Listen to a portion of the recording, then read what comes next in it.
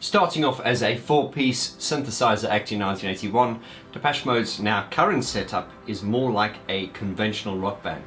And in this video we're going to look at that evolution of their live sound.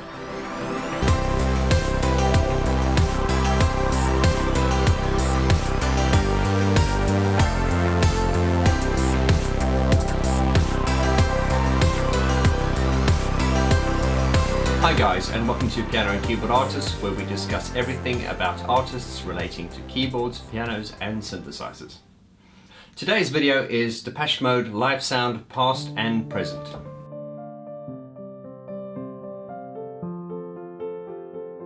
If you're brand new to this channel, I'd like to welcome you, and if you're one of my regular subscribers, I'd like to say hello to you, my friend, and thank you so much as always for your support. I really appreciate it.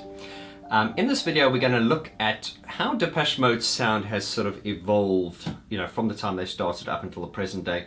And I'm going to be drawing from a lot of the videos that I've posted previously, and every video that I've posted previously I will post a link to the description below so you can watch that video. Let's going back several months ago, the video that sort of all kicked it off was the video I did called Depeche Mode without Alan Wilder, and in that video we discussed how Depeche Mode has changed since Alan Wilder has left, and that video resonated with a lot of people. After that I went on to do this video, which was called What Does Fletch Do, and my goal there was to just sort of illustrate what's going on behind the scenes, and especially on what Fletch does. We also did a video called Peter Gordeno, where we talked about Peter Gordeno's keyboard style versus Alan Wilder's style. We also did a video called live drumming, is it necessary? And then we talked about how Depeche Mode started as a synthesizer act, adopted live drumming, and now they are playing live drumming on all the songs. And I just talked in that video how I felt that the live drumming does not suit every song. We also went on to do the video called Christian Eigner versus Alan Wilder, where I discussed the difference between Alan Wilder's drumming style and Christian's drumming style. And I also did a video called Gore Gahan, Vocals Past and Present, where I talked about how their voices have changed, how they sing songs differently the way they used to, and based on your feedback and interaction, this naturally sort of brings me to this subject, which is the live sound past and present. So we're going to sort of draw from all the feedback I got from you guys, and we're going to sort of elaborate on this discussion. As I said, the Depeche Mode topic is such a huge topic. It's not only because their music is so in-depth and brilliant, but the fact that they've been going for so many years. As always, the initial video is always a scratching the surface, and then at the end of the video I'll ask you what subjects you want me to further elaborate on. There is a lot of geekiness that I can talk about on this video, which is all about the synthesizers, their playback systems and stuff. But I think to keep this video general and not to isolate some of you who are just fans and not sort of musicians and producers, I'm going to keep it more sort of general, and then later on I'm going to be doing a video where we will delve really deeply into sort of like Depeche Mode and their synthesizers and all the sort of geeky stuff which goes with it. So on the subject of geekiness, just for those of you interested, notice today that I'm not using my usual hammer-weighted Kawai digital piano. Today for this demonstration I'm using this Alesis QS7. The reason I'm doing that is because this is not a hammer-weighted, this is a sort of like a synthesizer keyboard action, and I find for demonstrating synthesizer music and acts like Depeche Mode, this type of keyboard has a better feel. We'll discuss if you don't know the difference between a hammer weighted and a synthesizer sprung action keyboard, don't worry, we'll talk about that later in a separate video. And another thing I'd like to bring your attention to is woohoo, the Sky camera. Yes, we now have a bird's eye view of everything I'm doing, and I thought this would be a really good way to sort of enhance the viewer experience and just to make the videos a little bit more informative, whereby you can see what I'm playing. So, with all the geekiness out the way, let's jump right into this. 1981, the four boys from Basildon get together, they've got their keyboards, they've got their TIAC reel-to-reel tape machine, and they've taken on the world.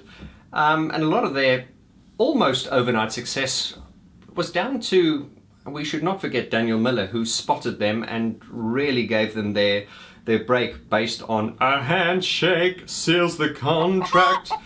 Could we say that Depeche Mode would have not got anywhere if it wasn't for Daniel Miller? It's hard to say. I believe Depeche Mode, you know, with Martin's songs and the whole concept, I believe they had the talent and I believe they would have been discovered. But as legend has it, I think Daniel Miller had a profound effect on them and their success, and, you know, not only being sort of like a mentor and an engineer and, you know, just getting them on the road, but also allowing them the freedom to express the way they did things. You know, Mute being an independent label, okay, and it was recently bought by EMI, you know, just for financial reasons. But Mute are a great label who have always maintained that kind of rock and roll edge, and rock and roll meaning it didn't sell out and become like really corporate. Look at all the artists on Mute. They've always got this kind of edginess and this realness to them. And I think Mute is a great label for that. And it all comes back to Daniel Miller, who I think deserves full respect and recognition for what he did. Interesting observation. As I said, I don't want to get too geeky in this, but it's interesting to notice that from about 81 to 83, the stage setup, and it was always the, you know, the keyboards and the tape machine, but it was fundamentally just synthesizers. Of course, later on, from about 84 to 85, 86 to 88, they sort of brought samplers onto the stage. And I'm not going to get too deep into this, but if you're not a musician and you don't know the difference between a synthesizer and a sampler, it can be quite confusing, because if, you know, when you see Depeche Mode on stage, you see keyboards. But remember that a keyboard can be either a synthesizer or a sampler. And just in layman's terms, a synthesizer is a keyboard that has sounds built into it or can generate sounds, whereas a sampler is also in the form of a keyboard, but it is an instrument which, it's almost like a playback device. So it doesn't have sounds in it, you have to load sounds in it, and you record sounds and play them back.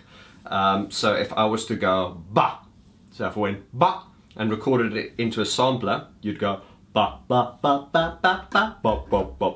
You know what I mean? So one of the most obvious things to notice was how, when they sort of got to the 86 to the sort of 88 period, how there were fewer synthesizers on stage and more controller keyboards or samplers. And now if we come back to the present day, it's very much controller keyboards firing off samples. And the only real synthesizers they have on stage now are Peter Gordeno has an Access Virus, Fletch has a Virus Indigo. Peter Gordeno also on the right hand side has a standalone Moog synthesizer, and then Peter Gordeno has a Roland RD200, which is a controller keyboard and a synthesizer, which he uses the piano sounds for songs like Somebody and all the acoustic piano parts. But he also uses it as a controller. I'm trying not to get geeky, guys, but it is quite difficult, so let's just keep this more focused on the sound.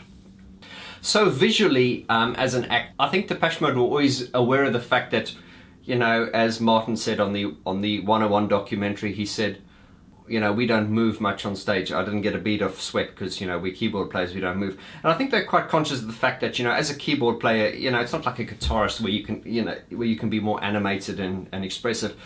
Indeed, these days, as a guitarist, Martin plays more guitar than he does keyboards. I think they were always conscious of the fact that they are not a very, you know, because they're behind keyboards, they're quite static. And this is where I think a lot of pressure was on Dave. And Dave is an incredible performer. I think a lot of the times when you watch Depeche Mode concerts, I think most of the time you're only watching Dave, if you think of it. I mean, me being a geek, I love to, you know, watch the keyboards and, oh, what part's he playing? Oh, yeah, can we have more, you know, scenes of the keyboards and things like that? But I think to most people, I think Dave is just such an incredible entertainer, and he's so infectious and passionate, and he's incredible to watch because he's got so much energy. I mean, even in current day, you know, what's he must be nearly 60. But more energy than a lot of younger performers. So Dave, incredible performer, and I think in current days, you know, even though I've been quite critical about the live drumming, critical in the sense, not in a bad way, it's just I'm very passionate about this band. I'm critical more about the sound, and, you know, as I said, I'm not very keen on the snare drum sound. An interview I saw with Kerry Hopwood recently, I'll put that link to this below as well. He talks about how they use a acoustic drum kit because it is more dynamic, and I understand that. And once again, and I keep coming back to this, when I say these opinions are my personal opinions, they're not right, they're just me. I keep talking about how the drumming it looks great, and Christian has got such energy and enthusiasm, and it feeds off Dave. And I think, interestingly enough, even though I look at like Devotional as like kind of like the best concert ever, I think if you look at the concerts now, there's definitely a lot more energy, and you know, Christian does add a lot to the shows. And I think my criticism is always about the fact that Christian tends to use too many fills and he kind of overplays it. But then again, he's an artist, and he's a really natural drummer. You know, you can't be too like, you know, rigid. He's, you know, and Dave stands there, and you know, it's live music. So I've had I say not a change of heart, but I have to sort of, you know, gauging some of the feedback I've got from you guys saying that, oh Vaughan, you know, it's better now because it's more lively, and I get that. I've just got some reservations as to some of the sounds that, you know, sort of like the snare sound. I feel it's too sort of acoustic sounding. I feel it needs more of a crunch. And I keep talking about how Gary Newman, if you've seen Gary Newman's recent stuff, my God, like the Savage album was an incredible album. But if you watch Gary Newman, he just seems to get that combination between the, you know, the hybrid sound between the rock and the electronic. He just seems to get it right. And the drum sound, Gary Newman's drum sound is incredible. And if you're a drummer, I'd love to hear your input on that. So the sound has obviously changed and evolved. What I have noticed, and another criticism I had, which I sort of pointed out on my video, What Does Peter Gordeno Do?, is that there doesn't seem to, in recent days, there doesn't seem to be as much attention to detail when it comes to the sound. I'm not saying this sounds bad, but what I mean by that is there are certain iconic sounds that they don't seem to be paying attention to. One of the things that comes to mind now is on the song Enjoy the Silence. A criticism I have is that Dave kind of cops out. He doesn't sing the chorus in it. He kind of, and I suppose this is a thing which we call vocal budgeting. It's like, you know, you're going to do a 2-hour show. You're kind of conserving your energy. So he very often, when he gets to the chorus, it's all I ever want. You know, he holds his mic and he lets the audience sing that, and then Martin goes, "Here in my arms, they can only do harm." And I know a lot of you have criticized that when you're like, Dave, can you just sing this song? Don't hold your mic and get us to sing it. And I think it's okay if you're there, but when you're watching it played back, it's even in the Devotional concert, which is one of my favorite recordings, that the theatrical release, which was filmed in Copenhagen, I was really annoyed by the fact that Dave did not sing the choruses on Enjoy the Silence. But also then there's the fact of the live drumming on Enjoy the Silence, and it's just, if we come back to Devotional, the way that it was done. But then again, I'm probably stuck in the past, so, you know, people have said to me, Vaughan, you know, Depeche Mode are a modern evolving band, just let them do it. And I get you. My criticism though on Enjoy the Silence is it's got that great break after the first chorus. They can only do harm. It's got that, and I just find with the live drumming, it doesn't quite work. Just randomly watch Christian when he plays. One of my subscribers has pointed this out to me. Most drummers, when they play, they cross their hands, but watch Christian. He doesn't play like this. He plays like this. Have you noticed that? It's not like this, it's like this. And I was like, well, I never noticed that. And apparently, I mean, I can't actually think of it. Drummers are always like this, but his arms are like this. And apparently it's a lot harder to do. So that's just an observation, and that's obviously just his style, but an interesting observation nevertheless. Anyway, back onto Enjoy the Silence. So what I don't like about that is, also when it gets to like that break, they just go mad, and it's like, it is a very expressive part of the song, but I've found in recent times when it gets to that sort of break, the middle eighth break, it just gets a bit insane. So one of the parts that is disappointing to me is the choir sound on the Enjoy the Silence. So they've just come out of that mad break, and then it's got that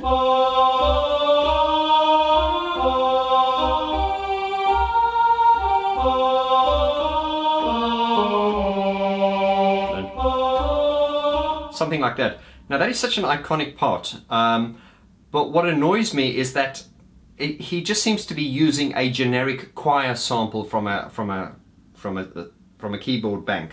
So for instance, that is the choir sound I'm using there is a sound from my Roland Integra. It's not a bad choir sound, but it's just, the attention to detail, it's just not the right sound. Like,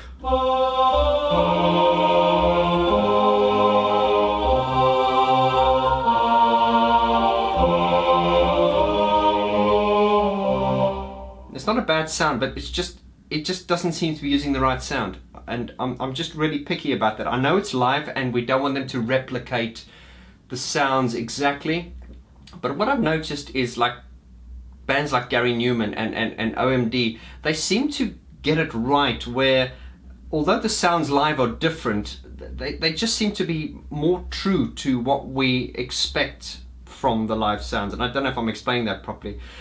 If I look at Devotional and times like that, 101 and back through Black Celebration, obviously you could hear that the live sounds were different, but they just seem more attention to detail. I just get the feeling that these days it's like, oh yeah, it's a choir, yeah, yeah,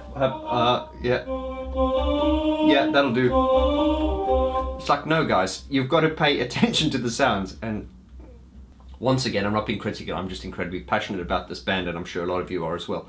One aspect where I'm also critical is on songs like Behind the Wheel.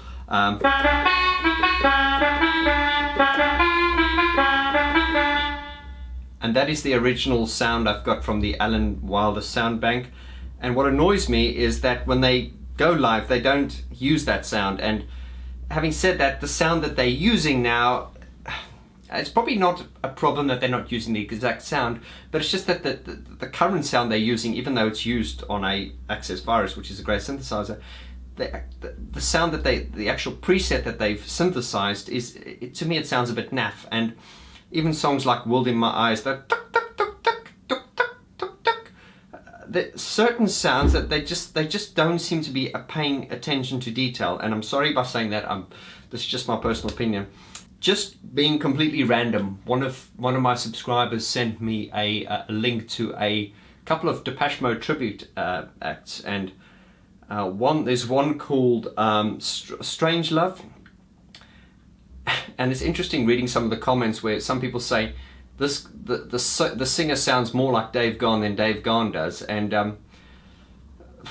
it's a view. But what's interesting about this tribute act, check out, I'm going to put a link below to they did a performance called Depeche Mode 102, which is kind of like a, their version of 101. But what's interesting to see is their attention to detail, and their attention to the sound is almost more accurate than the actual Depeche Modes, despite the fact that they are a tribute band.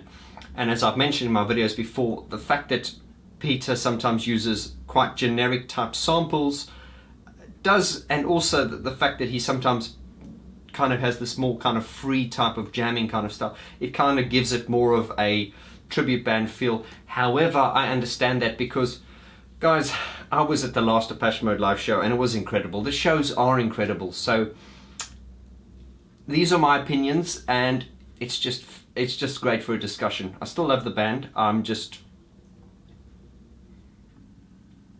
reminiscing. Something else that is worth mentioning is, and a lot of you probably haven't noticed this, is that, and this is common with a lot of acts, is they will transpose the songs when they go live.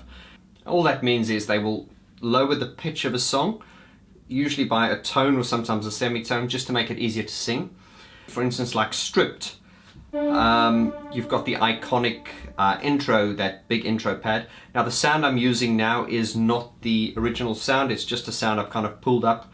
It's not 100% accurate, but it's just for demonstrational purposes. So it's...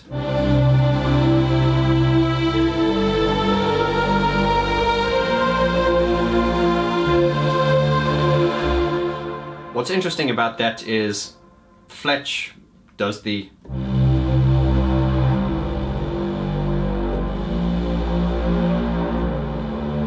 and then Martin does the...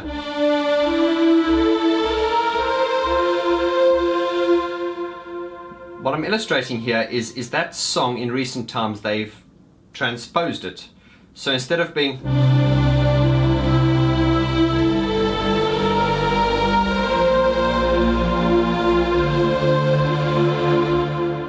they've transposed it a semitone lower, just to make it easier to sing.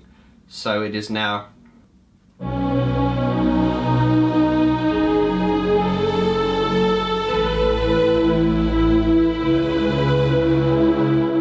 as opposed to the way it was.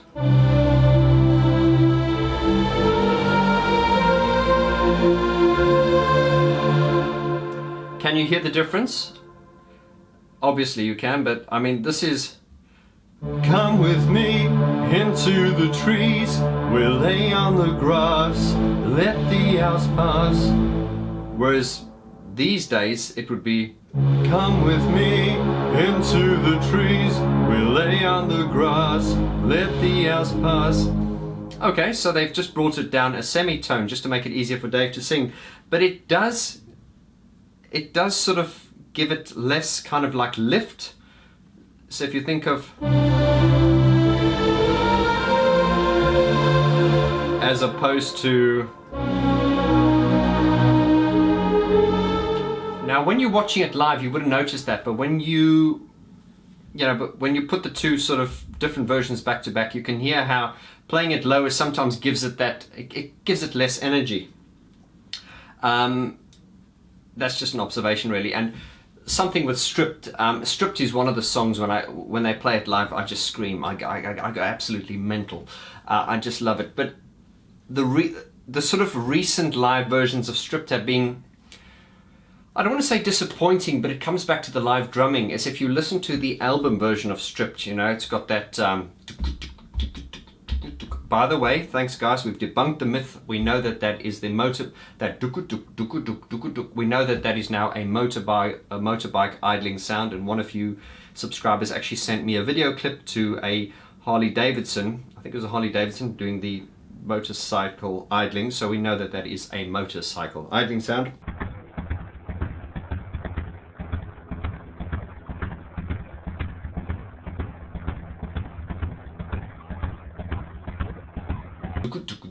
And then by the time that let me see you stripped down to the bone, and when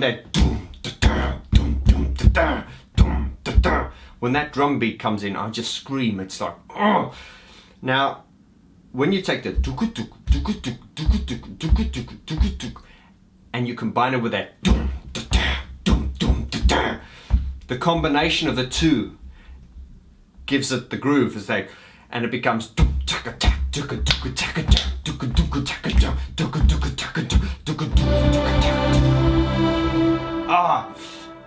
But when you play live drums with it, Christian, you're a great drummer, but you cannot, I'm sorry, the way Stripped is played now with those live drums, no disrespect to Christian, it just doesn't have the same.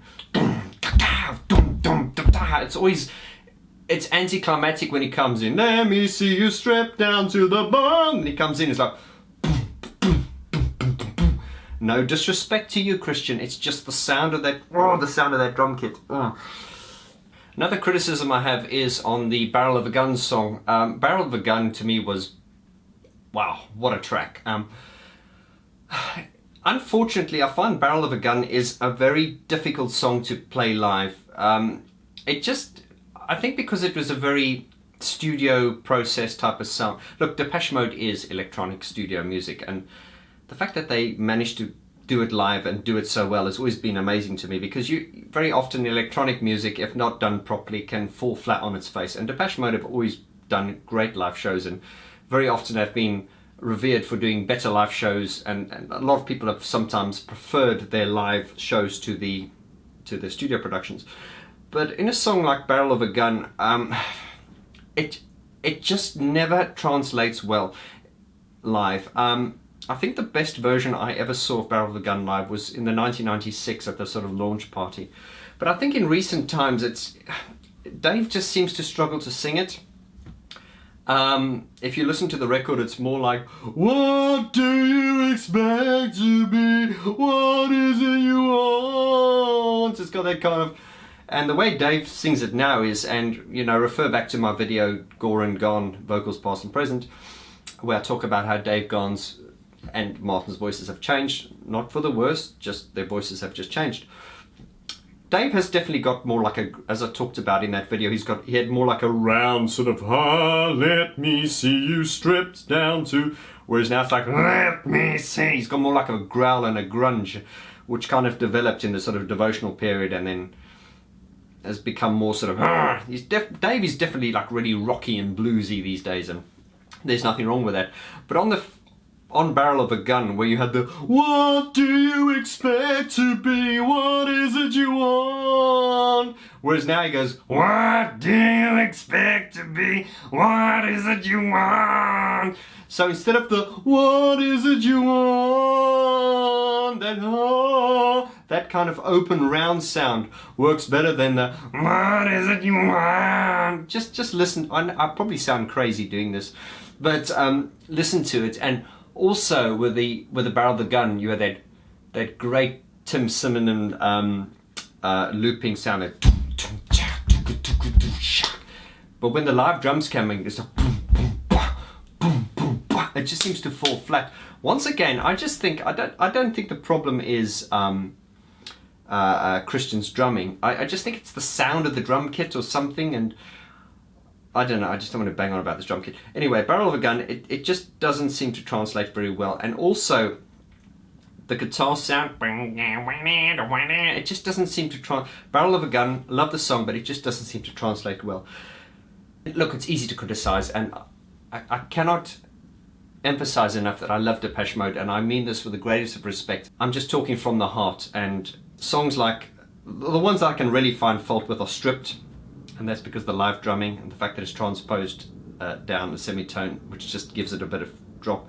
Barrel of a Gun just doesn't translate. And another one which has disappointed me recently was Black Celebration. So to illustrate that, I have the Alan Wilder sound bank here, and we all know it's "Let's have a black celebration, black celebration tonight." Recently, the recent version I saw, they've transposed that a semitone lower, obviously to make it easier for Dave to sing.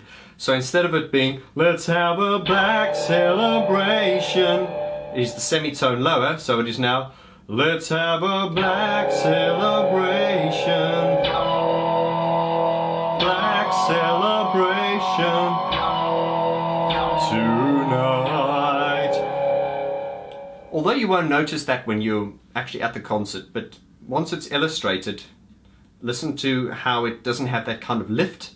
So originally it was "Let's have a black celebration, black celebration tonight," where as opposed to "Let's have a black celebration, black celebration tonight." So now you combine that with the way Christian played it now, and once again this was an innovative, clever decision, but he did it in sort of like a half time.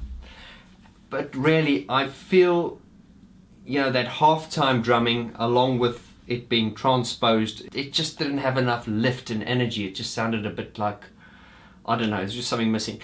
Guys, I'm always in flow when I do this, and I absolutely love this. It's only when I lose myself in it. I really lose myself.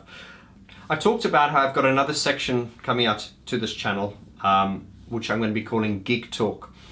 And within the Geek Talk section of this channel, I'm going to delve deeper into the geeky subjects. Like, for instance, we'll talk about the video I did now, but we'll go into a lot of detail, which will probably be a little bit boring for you if you're not a musician or if you're not interested in that kind of thing. However, a lot of people on my previous video, when I said I was going to bring in the Geek Talk series in, a lot of you said, "Oh, I'm not a musician, but I would love to hear about this." So I think the Geek Talk section is going to be an absolute winner, and I've got some real exciting things coming up on the channel, guys, which I can't wait to share with you.